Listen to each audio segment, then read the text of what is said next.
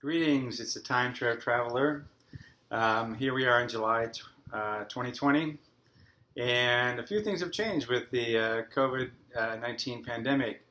So, what exactly has changed? Well, number one, I had never expected that they would actually close, but then I never expected a global pandemic either. So that was a shift from thinking they would never close to actually having them close. Now that they're opening, there's a lot of safety precautions, which is great. So it does give a lot better sense of comfort. The other thing is still going on. I believe Hawaii is still under quarantine, although that will start lifting if you have proven that you've taken a test and have come back negative. So that's quite a bit of change from where we were not too long ago.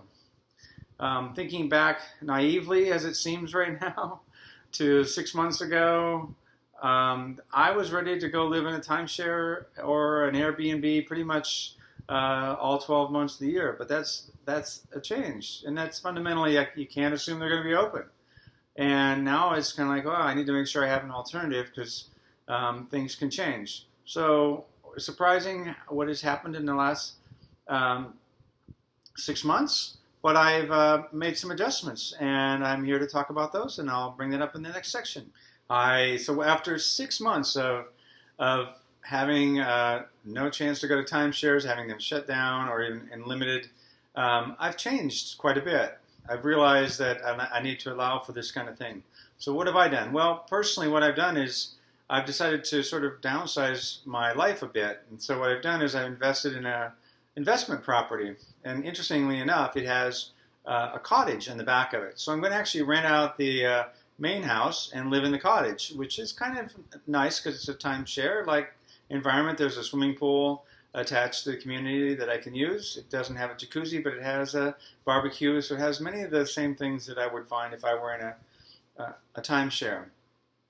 The interesting part is that the sort of rent, if you want to call it, or the portion of the mortgage not covered by the main property house is that it's about $500 a month, which is actually quite reasonable for a monthly recurring cost, just in case I'm not actually at the timeshare. So if timeshares close down, if the virus gets worse and some stages go back, I just return back to my $500 a month unit and I continue. So it feels also good that that's a good long-term strategy for retirement. You don't want to always be on the road. You want a chance to come back, but you don't necessarily need to have this giant place.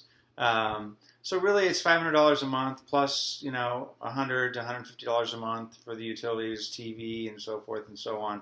It's a smaller unit, so the utilities are much less.